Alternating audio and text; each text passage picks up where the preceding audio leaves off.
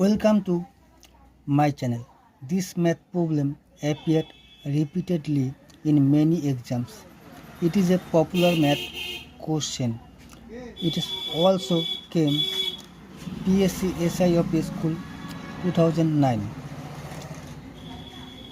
Here 3.47 into 3.47 minus 2.53 into 2.53 by 0.94 minus 12.50 by 6.25.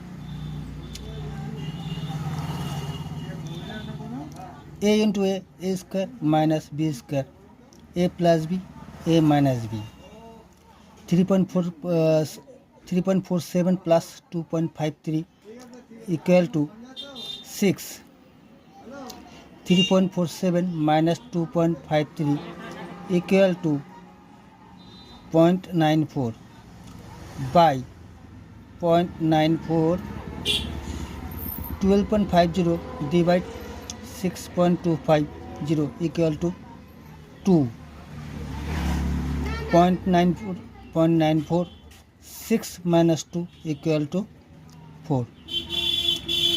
Option B will be answer. If you like this type of math, please like, share and subscribe our channel and page.